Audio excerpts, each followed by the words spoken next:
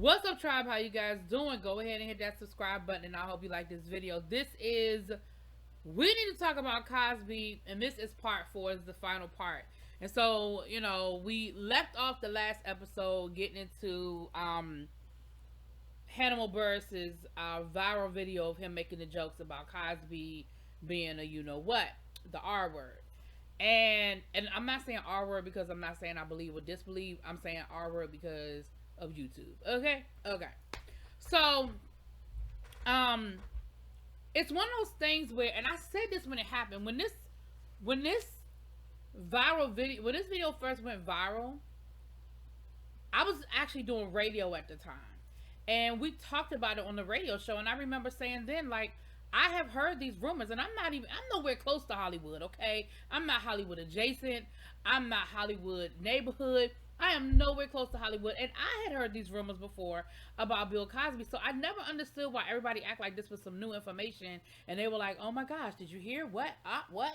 I'm like, who hadn't heard these before? But anyway, so then we started talking about how Cosby had a history of chastising other comedians, and so a lot of comedians did not have like a good taste in their mouth when it came to Cosby, especially black comedians. And of course they go back to the infamous Eddie Murphy bit that he did in it was in Delirious. I don't think that was Raw.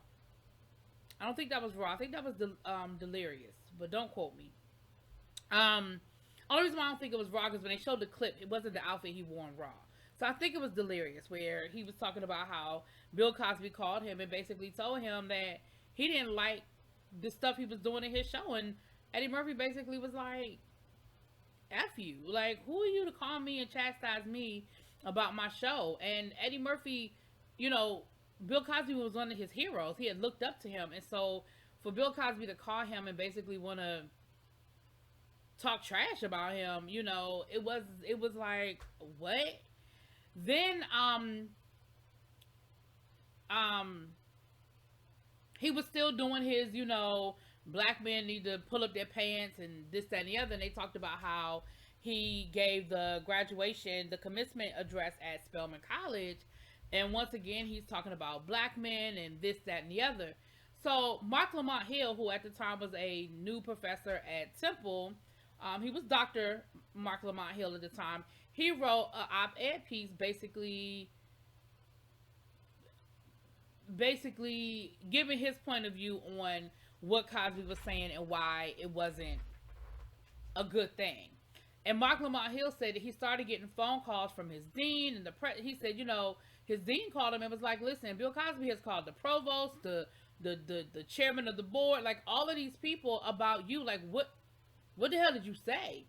And he was like, all I said was, it was an op-ed piece. It's my opinion on, just in rebuttal of what he was saying.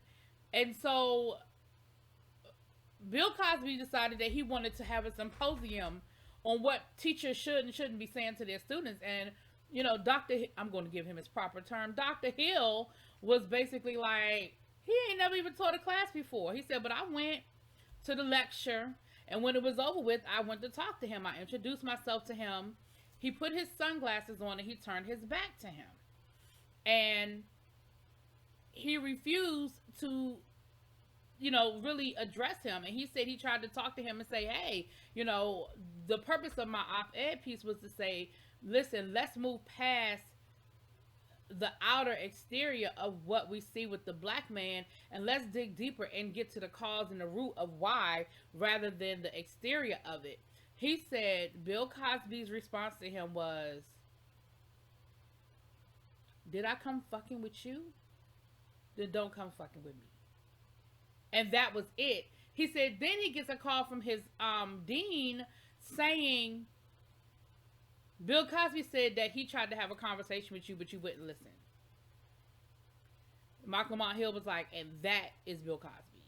Other reporters spoke on their experiences with him. If, they said something he didn't like or whatever, how he would call and try to get them, censored or, so he had a reputation as being a bully. So then we find out that NBC, in the midst of some of these other accusations and all this stuff that's going on, NBC actually was going to do another sitcom with him, like maybe try to get lightning in the bottle, again, and they were going to do, excuse me, they were going to do another show with Bill Cosby. And of course he starts doing the press tour and all that good stuff. I mean, there was no set date, time, and all of that, but it was basically a development deal. So then we have Barbara Bowen, who wrote her op-ed, and that's what really sort of blew the gasket. Like when she wrote her op-ed, it sort of was the dam, the dam breaking open, and everybody, all of these women started coming forward. Then they had the cover of the New Yorker, where there were 35 women that were on the cover of the New Yorker, and all of them were accusers of Bill Cosby. They even had a empty chair, and that empty chair was to signify the women who had not come forward. And then they have a really good piece of this where they get into the culture of Black America and how Black America, how we always want to give somebody the benefit of the doubt. We don't never want to believe. And they gave the example of OJ, R. Kelly, the list goes on. And it's like, we always want to try to find the good in people, and we want to try to, we don't want to condemn people. And so you have this Cosby generation, people who grew up on Dr. Heathcliff Huxtable, who don't want to believe. And it turned this into almost white women coming after Bill Cosby. And it's like, we're going to totally disregard the fact that on that New York Times cover, they said 1/3 of the 35 women, a third of them were Black women. So not only is that not a true assertion, but even if it were a true assertion, does it make it any less true? And so it was a really good part of the episode where they really dug deep into the culture of us as Black people and how we just did not want to accept, not even so much accept his guilt, because I mean, you can feel the way you want to feel, but almost like they didn't want to acknowledge it at all because it was a Black man and he was Dr. Huxtable. They showed a clip of when he was, him and his wife were out. They were doing a press tour because they had lent some of their art collection to the Smithsonian, and so they were doing like a press tour talking about their art collection and everything. And the reporter actually asked Bill Cosby about the Hannibal Buress and what was in the news, and Bill Cosby was like, oh no, we're not going to speak on that. And when the interview was over, they showed a clip. It was a never before seen clip of him asking for that not to be included, and him telling that, reporter, well, I'm asking for you on your word, of your integrity, that you won't put that clip in there. And the reporter was like, well, you didn't answer the question. He was like, yeah, but I don't even want that in there of me not answering the question, which of course we understand that, because you not answering the question is still something, a clip, a soundbite, right? And so we got a chance to see how he went back and forth with the producers, and like even he was like, well, you need to get on the phone with who you need to get on the phone with, And the guy told him, he said, well, I'll let my editors know not to put it in there. He was like, I can't. But he was telling him, he was like, I can't make no promises. And so then Bill Cosby talked to somebody behind the camera and was like, well, you need to get on the phone with the people. Like, well, if he can't do it, then you need to find who can do it. It wasn't until, and they talked about the fact that it wasn't until it became people you knew that people started going, oh, wait a minute, this could be true. Wow. And they had Chris Spencer, who said for him it was Beverly Johnson. Now, for those who don't know, Beverly Johnson is one of the first Black supermodels. And she spoke of her experience, and he said, I know her. We're golf partners. We play golf together all the time. I'm friends with her. And when I saw her interview on The View, he said just the way she told the story, and she said that the minute she took her drink, same story, he gave her a drink, and she said the minute she started drinking her drink, she knew she had been drugged. And she said, I looked at him and I said to him, you motherfucker. And Chris said the way she said it told me this is real. Like this happened to her. The guy who played Martin on, Denise's husband on a different world. And I remember reading this. He did an article. I want to say it was in Ebony magazine, but don't quote me on that. But I remember reading an article where he said he didn't believe it until he talked to a friend of his who worked on the show, and he said that they were in contact with each other, and he asked her, he said, "Can I ask you something?" She said, "Sure." And he said, "You worked very closely with Bill for a long time. Did it happen to you, or did you see anything?" And he said after about an hour, she told him that it did happen to her, and she told him her story, and he said, "I believe her." He said, but up until that point, I didn't believe it. And I think sometimes it's not so much that we don't believe it, I think we don't want to believe it. Because in our heart of hearts, most people, not everybody, but in our heart of hearts, most people at a certain point have to acknowledge there has to be some validity to something.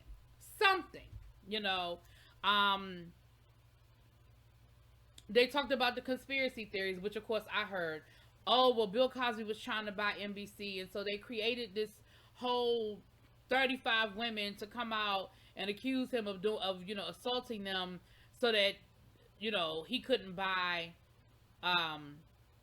NBC. And Dr. Hill said, he was like, but the reality is, and what people don't remember is, NBC didn't have to sell to him. Like, even if he were trying to buy the network, NBC doesn't have to sell. Like, what are you talking about? They said it really wasn't until Ebony magazine did the cover that had the Cosby Show, the picture of the Cosby Show with glass shattering, and they had the headline about the shattered image. And they had the editor of Ebony who did that article, and she spoke on how much hate mail she got and how people came after her on a personal level after she did the article. She said, but she felt like that's what she had to do. And of course, Ebony magazine being what it is, the years and years and years of coverage, of positive coverage that Bill Cosby had gotten going back to the 60s with I Spy, or however long Ebony's been around, because I know I can't speak to that. But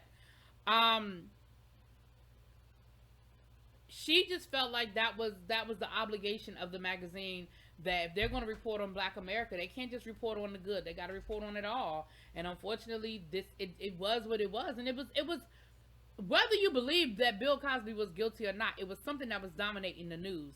And as a magazine, they had an obligation to at least have the conversation. Whether you think he's guilty or not, you have to have the conversation. So, even in the midst of all of this that was going on, Bill Cosby still went on a comedy tour.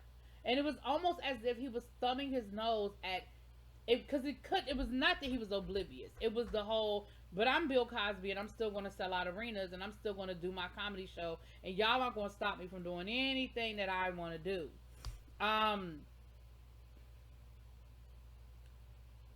So let's explain, and they do a good job of explaining this in the documentary as well. Let's explain what happened with Bill Cosby in this court case. So, Bill Cosby gave a deposition in 2005 in an earlier accusation where he ended up settling, right? It wasn't a criminal case, it was a civil case, and he ended up, was it a criminal case? It ended up being settled. So let me not say it wasn't criminal, it ended up being settled. In the midst of the deposition, Bill Cosby was told, nothing you say in this deposition will be used against you. All we need you to do is tell the truth, and you will be free from immunity in anything that you say. In the deposition, he admitted to drugging women and putting things in their drink. He further, and that's the part that a lot of people know, but the part that a lot of people don't know is that he further went on to speak on how once he drugged them, this was after they had drank whatever he gave them, he spoke on how, well, these women never said no. I'm paraphrasing. These women didn't say no.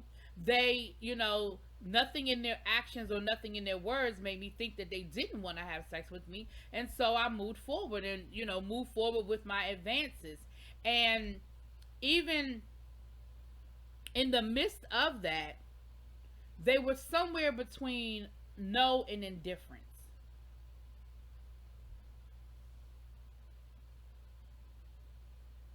So here's the reality of the situation. Once someone has been drugged, they can't give consent because they are not of sound body. It's the same as when someone is drunk. If you purposefully get somebody drunk with the intention of using that to get them to lower their inhibitions in order to take advantage of them, you are a predator. And it's the same thing. You give somebody a drink with the intention of them getting intoxicated so you can use that against them to try to have sex with them, you are a predator. So in his own deposition, he admitted to doing the very thing he was accused of doing. Here's the problem.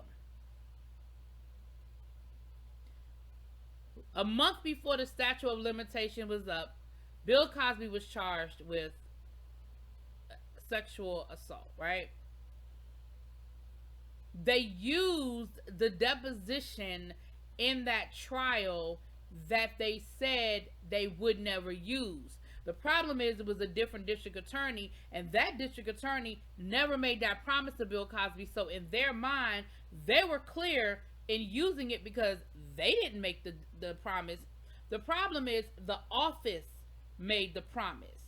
So coming back later and using a deposition that you told him would never be used against him, that was the violation. That is what eventually overturned the conviction and why Bill Cosby got out of jail. Not because they found that he miraculously wasn't guilty. He was found guilty. His own words condemned him.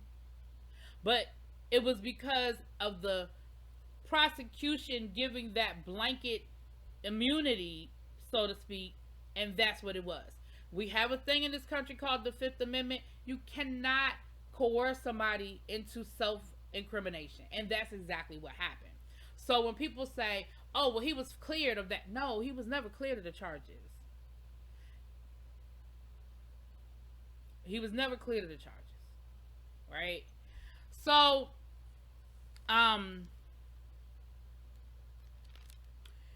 some of the things that came out is that a lot of the women who, of course, they felt some kind of way when he got out of jail. A lot of the women who felt like they finally had, gotten some sort of justice, of course, felt robbed of that justice.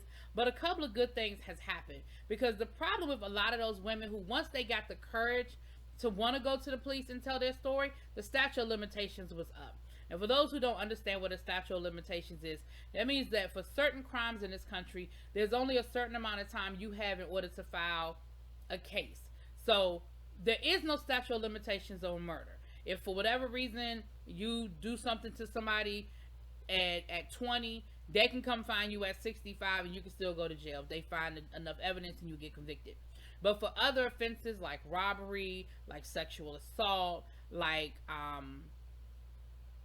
larceny, whatever, there's a certain amount of time, and those statute of limitations vary from state to state. In one state, the statute of limitations on sexual assault might be 5 years. In another state, it might be 2 years. And so what some of the victims have been able to do in Nevada, one of the victims, the young lady that I told you guys about in the last one, that she said it happened to her in Nevada, she was able to get the statute of limitations extended another year, another 2 years. I think it went from 4 to 6 years. In California, Gloria Allred was able to work with some of the survivors, and they were able to get the statute of limitations dropped altogether. So in the state of California, there is no statute of limitations on sexual assault. And again, I understand and I agree. So there's been some positive that has come out of the situation. And ultimately, at the end of the day, over 60 women have come forward, and Kamau Bell, who did the documentary said that in the midst of them doing this documentary, more people spoke up but did not want to go public. So we know that there have been over 65 women, over 60 women who have accused Bill Cosby of doing this to them. At the end of the day, listen, the facts are laid out. You can take them for what they are. You can like it or not like it. You can agree or disagree. You know, there's never going to be a situation where everybody agrees. But that's it. But I think it's worth watching, regardless of how you might feel about Bill Cosby. I didn't like my image of Bill Cosby being tainted, but I think it's definitely a must see. It's definitely a must see for you guys to see it and understand it. So y'all let me know what y'all think, and I will talk to y'all later. Peace.